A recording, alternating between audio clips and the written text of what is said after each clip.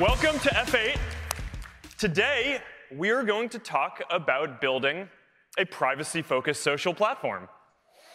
So, the basic idea here is that, in all of our lives, we have our public spaces, like our town squares, and we have our private spaces, like our living rooms. And in our digital lives, we also need both public and private spaces. And for the last 15 years or so, we've focused on building Facebook and Instagram into the digital equivalents of the town square, where you can do almost anything that you'd want with a lot of people at once. Or you can stay in touch with all your friends, meet new people who share your interests, start businesses, organize fundraisers for causes that you care about. For a lot of us, the first superpower that the internet gave us was the ability to connect with the whole world at once.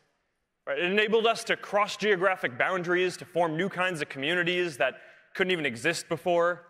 It allowed emerging creators and entrepreneurs to find global audiences, and it allowed new ideas and movements to spread faster than before. But as our world has expanded, we face a new challenge. We all need to find our place in this much bigger world, and it can be hard to find and feel like you have a unique sense of purpose when you're connected to billions of people at the same time. Privacy gives us the freedom to be ourselves. It's easier to feel like you belong when you're part of smaller communities and amongst your closest friends. So it's no surprise that the fastest ways that we're all communicating online are private messaging, in small groups, and in stories. As the world gets bigger and more connected, we need that sense of intimacy more than ever. So that's why I believe that the future is private. This is the next chapter for our services.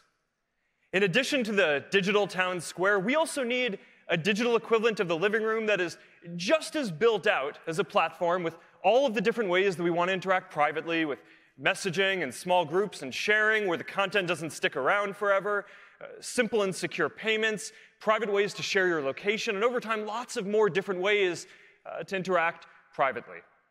This needs to exist.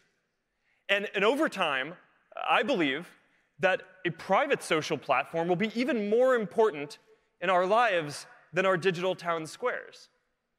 So today, we're going to start talking about what this could look like as a product. What it means to have the center of your social experience be more intimate, what kinds of new experiences that can start to unlock, and importantly, how we need to change the way that we run this company in order to build this. Now look, I get that a lot of people aren't sure that we're serious about this. I know that we don't exactly have the strongest reputation on privacy right now, to put it lightly. But I'm committed to doing this well and to starting a new chapter for our products. And it's going to take time. I'm sure we're going to keep on unearthing old issues for a while, so it may feel like we're not making progress at first. But I think that we've shown time and again as a company that we can do what it takes to evolve and build the products that people want, including recently with stories and private messaging. So I'm confident that we can do this. And we plan to do this in the way that we've developed WhatsApp. Right? Start with the most important and private use case, messaging, make it as secure as possible with end-to-end encryption, and then build more ways for all of us to interact privately on top of that. And this vision is based on 6 principles. Private interactions. You should have simple, intimate spaces where you have complete confidence that what you say and do is private and clear control over who you're communicating with. Encryption. Your private communications should be secure. And end-to-end encryption prevents anyone, including even us, from being able to see what you share on our services unless someone in the conversation chooses to share it. Reducing permanence. You shouldn't have to worry that what you say or share is going to come back to hurt you later. So we're not going to keep around your messages or stories for longer than is necessary to deliver these services or longer than you'd want. Safety. You should expect that we're going to do everything that we can to keep you safe within our services, within the bounds of what an encrypted service is. So we're going to take the time to get this right and build safety in up front before we ship this platform. Interoperability. You should be able to use any of our apps to reach your friends. And you should be able to communicate easily and securely across these different networks and platforms. And finally, secure data storage. Because you should expect that we're not going to store sensitive data in countries where it may be improperly accessed, either because there's weak rule of law or because a government might try to forcibly get access to your data.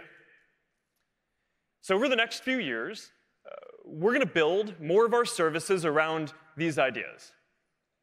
And this is just a massive undertaking, right? So to do this, this isn't just about building features. We need to change a lot of the different ways that we run this company today. And we're doing this in a few ways already.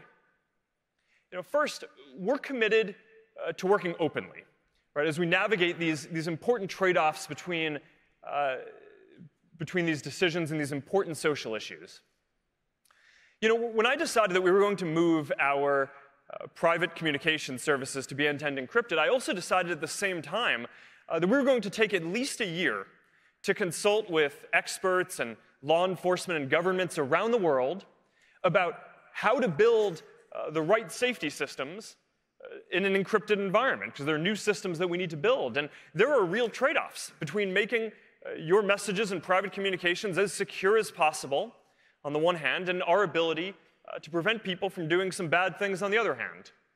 So I really care about getting this trade-off right. And this is a good example of how, a few years ago, we probably would have just rolled this out and then tried to adjust and address issues as they came up. But now we're going out and consulting with experts and trying to make sure that we get this balance right and building safety in up front. Now, second, we're taking a more proactive role in making sure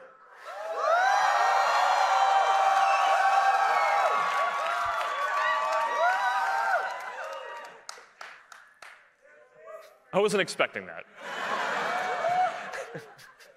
But I'm excited about it too. All right. Taking a more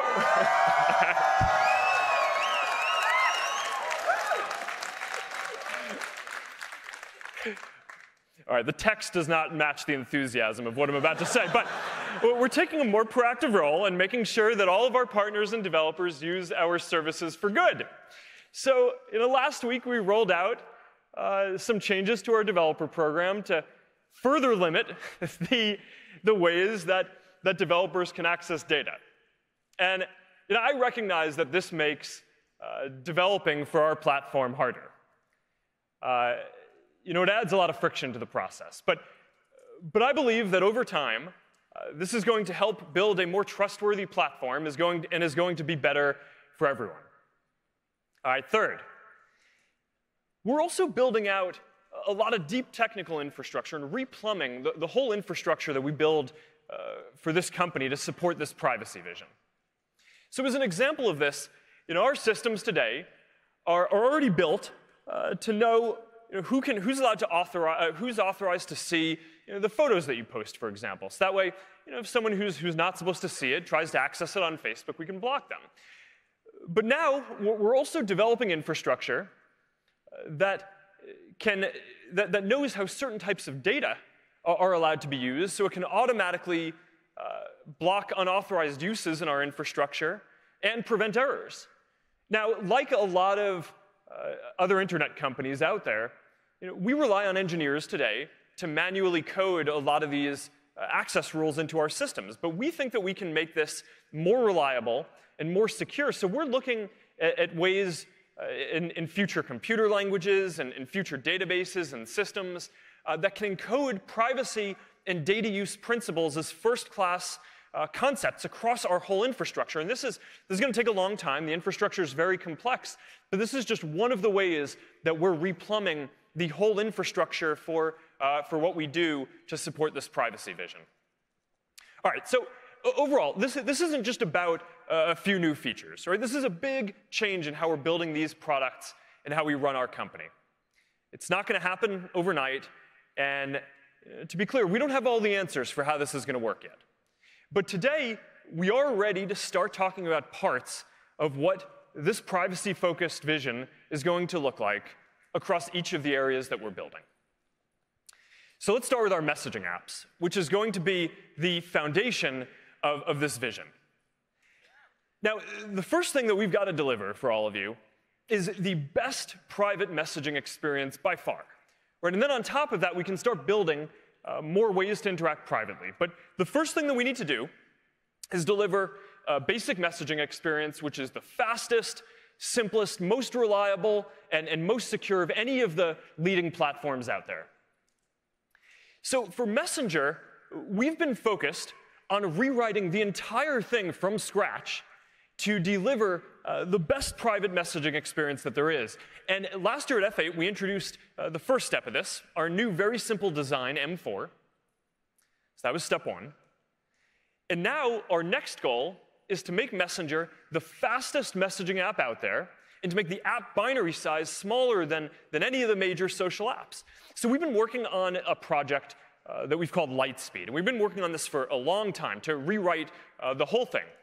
And now we're a few months away from starting to roll this out. And here are some early benchmarks from our lab, looking at how fast this is compared to the other leading platforms out there. Generally, WhatsApp is faster than the other leading platforms, but the other thing that we showed was basically the average of the leading messaging platforms in each country around the world. And Lightspeed is just going to be much faster. All right, so that's what we're doing on simplicity and speed. To be the most reliable, though, you need to do more than just deliver the messages consistently.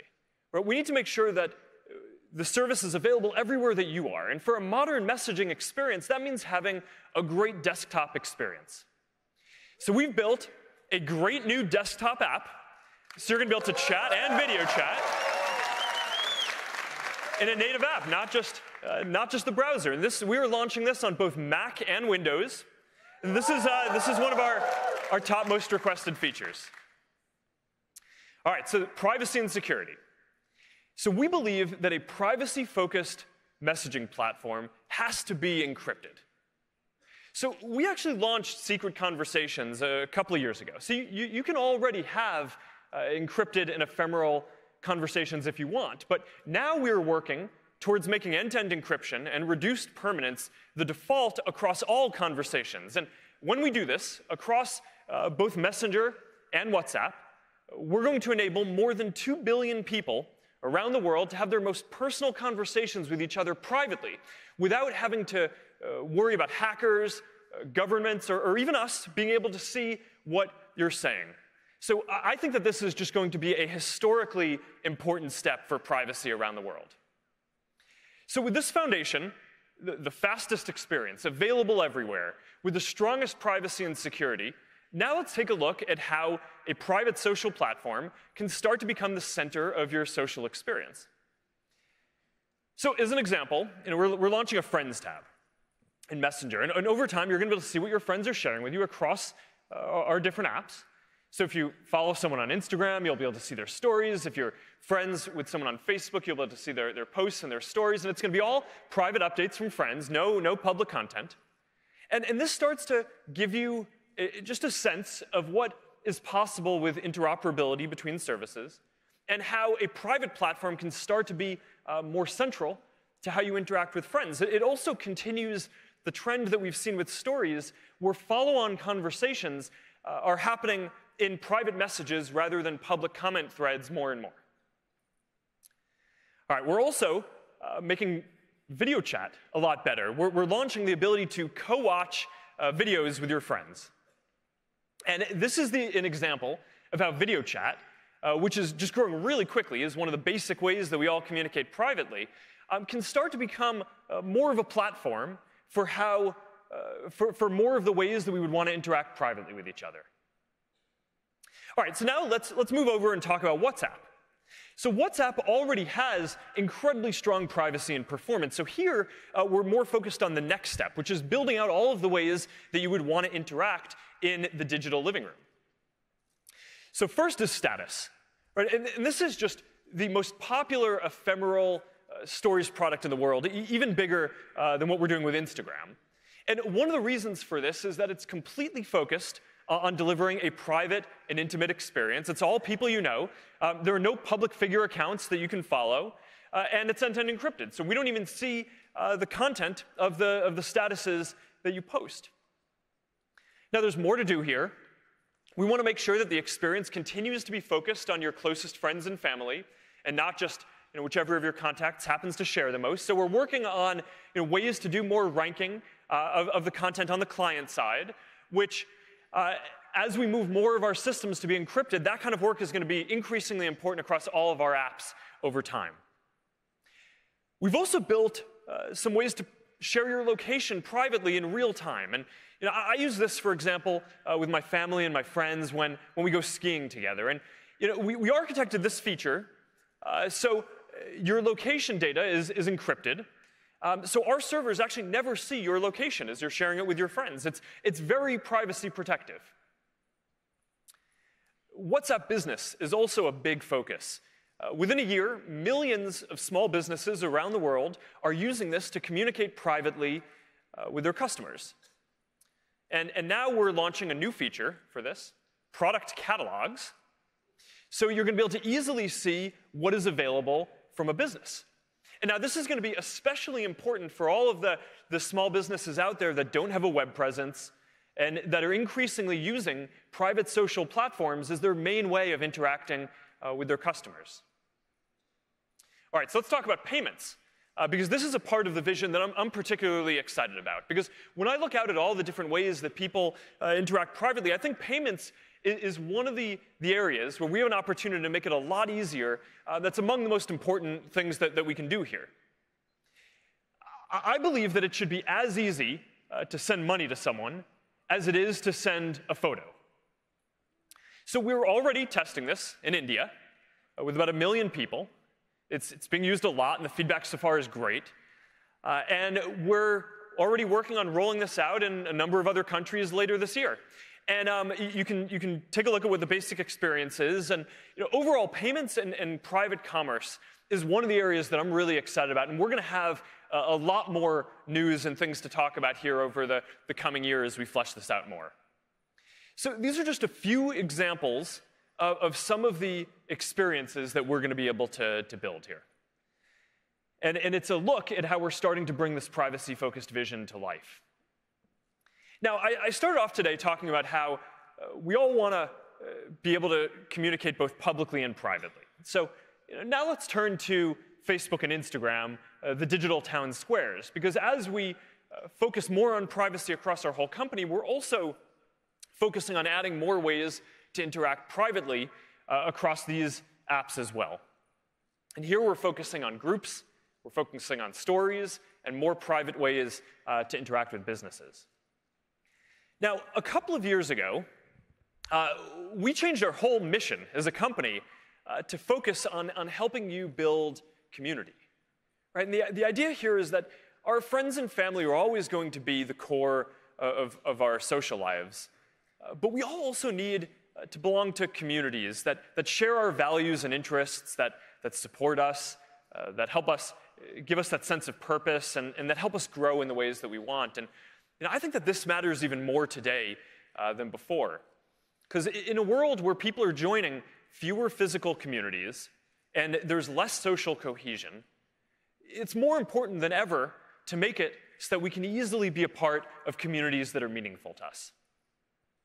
Now, there are already more than 400 million people who are members of Facebook groups that are meaningful to them and that are among the most important parts of their social experience. And these are groups typically where people get together physically, in person, as well as online, right? Like this small group for people who like running and also care about the environment. So they get together and go running and pick up trash around their town. Or like this tight-knit group for military families. So when they get deployed to a new city, they know where to go to ask what school to send their kids to and how to get integrated into the local community. And we believe that there is a community for everyone.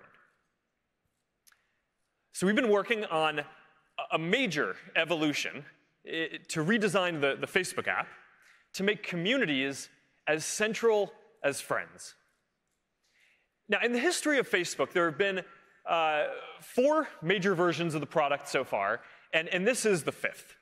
So we are calling this FB5, and it has a much bigger focus on communities and making communities as central as friends. So here's a look at what this is going to look like.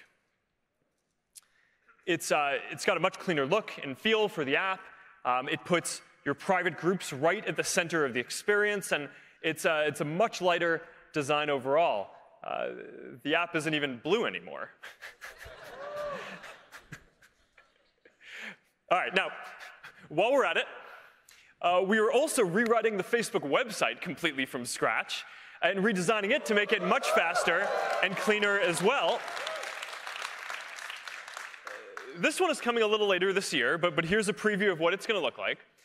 Now, across both of these, there's a lot of new work under the hood, right? And this is more the sum of hundreds of details rather than just a few major changes. But overall, we've made it a lot easier to find and connect to the groups that you're going to be interested in. Much better suggestions, better browse and discover tools. There's a new groups tab that puts all of your communities in one place. Overall, basically now everywhere where you're going to be able to see and connect with your friends, you're also going to be able to see and connect with groups that you care about. And it all adds up to this feeling that groups are now at the heart of the experience just as much as your friends and family are. Now, while we're doing this, we are very focused on safety here across groups.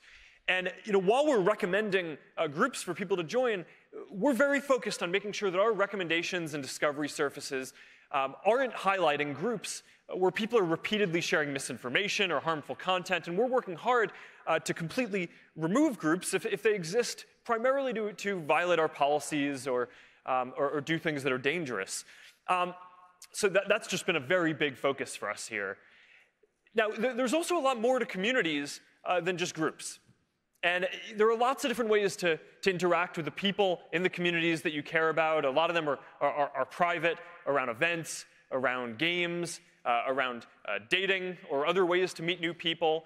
There's a lot more to FB5, and Fiji is going to come out a bit later to walk you through all this in more detail. But overall, this is the biggest change to the Facebook app and website that we've made in the last 5 years, since we made the whole thing native and a lot faster. And as a symbol of this, we're not just updating the look and feel, we're also updating the Facebook icon and refreshing it for the first time since I can remember, to make it a bit more lively and modern. So there we go. And I'm excited to get this app in all of your hands. We're shipping this today. And so we're going to start rolling it out, and everyone in the U.S. is going to be able to get it today, and a couple of other places, and we're going to roll it out across the rest of the world over the coming weeks as well. So, all right, now for Instagram, let's move on to Instagram. We are also very focused on adding more private interactions to what is generally a core staple of our digital town square here. And here on Instagram, we're mostly focused on stories, which are generally more privacy protective since they're more ephemeral than posting into feed permanently.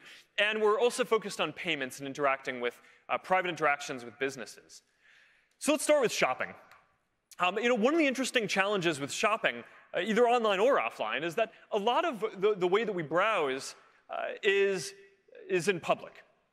But then when we actually go to do a transaction, that's a very private interaction. So we think that there's an opportunity with Instagram to marry these two experiences together and make them both better. Now, we know that a lot of us already use Instagram to find things that we're interested in, and we think that there's an opportunity to do just a lot more here. So we are launching today a new shopping channel in Explore. So you're going to be able to browse things that you may want to buy or are interested in. We're continuing to roll out checkout. So you're going to be able to buy from more and more brands from directly within the app. And we're also announcing that we're adding a new way for people to buy directly from creators too. So that means that you're going to be able to support the people who are making the stuff that you love. And I think that that's going to be a pretty big deal. All right, now moving along to stories, as more of our sharing moves to stories and becomes more ephemeral and impermanent, we're building more features on top of stories as well. And there are two that I'm excited to talk about today. The first is that we're making the camera a lot better. We're adding a new create mode, we're calling it, which makes it so that when you're building a story or starting a story, you don't need to start with a photo or a video anymore. You can start by just bringing stickers or drawing or putting text. So that's a pretty big change to how stories has worked so far. We're also launching donation stickers. So you're going to be able to create fundraisers in Instagram for causes that are important to you and that you care about. And this is another example of a feature that is going to benefit from greater interoperability between these different networks, so you can reach, with the fundraisers that you create, all of the different people you know across our different apps.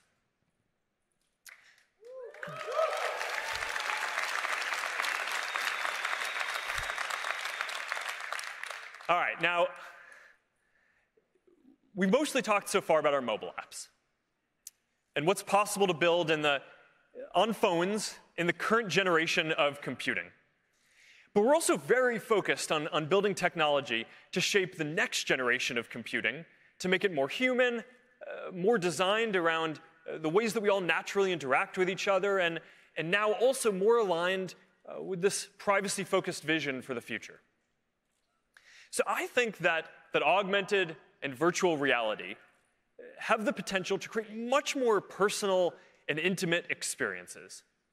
With VR, you feel like you're actually right there, present with someone, even physically, they're in a completely different place somewhere halfway across the world.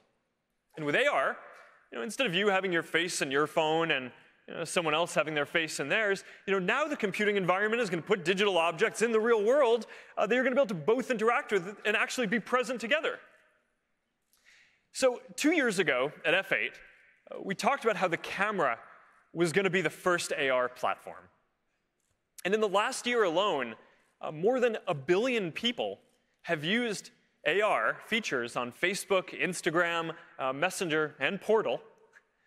And now, to make this into an even broader platform, we're focused on making it easier to build for. So today we're announcing that we're bringing the Spark AR Studio, and we're supporting both Windows and Mac. And we are also going to open our AR beta for Instagram, so everyone is going to be able to build for it.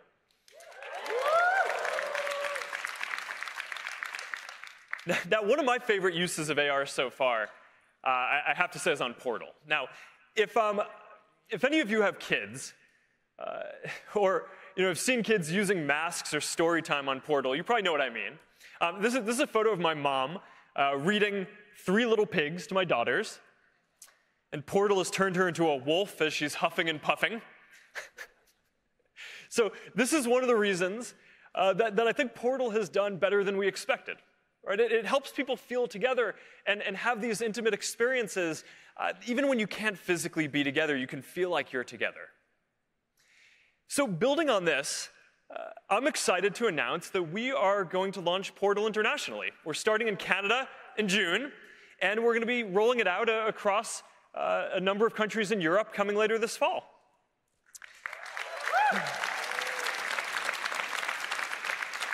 And as part of this, of course, it's really important that we bring WhatsApp to Portal. So we're doing that. So now you're going to be able to make video calls on both WhatsApp and Messenger on Portal. And you know what that means? That means that we are bringing end-to-end encryption to all video calls on Portal. So now you can be sure that when you're having conversations with your friends and family, everything stays between you.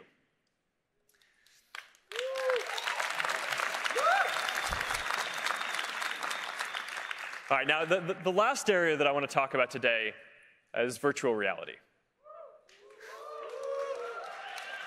Now, this is going to be a big year for VR because we are shipping 2 new products. Oculus Rift S, which improves on the original Rift, a higher resolution display, better optics, inside-out tracking.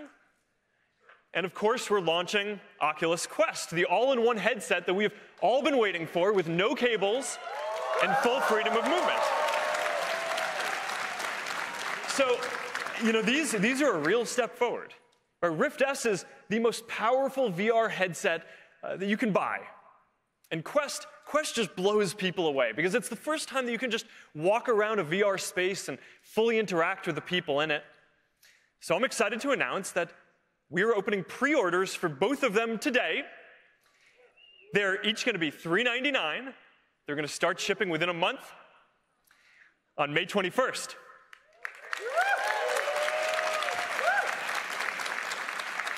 And that's a date that you're all going to want to remember because everyone here at F8 is going to be getting a free Oculus Quest.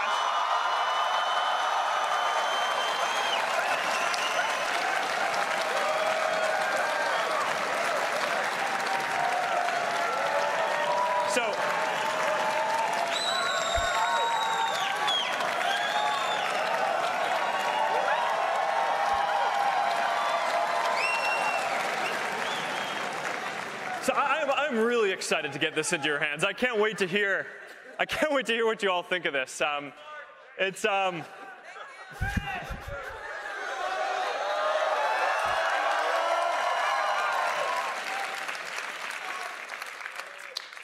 excited to hear what you all think, and to see you all post videos of how exciting it is as you're using this. All right, so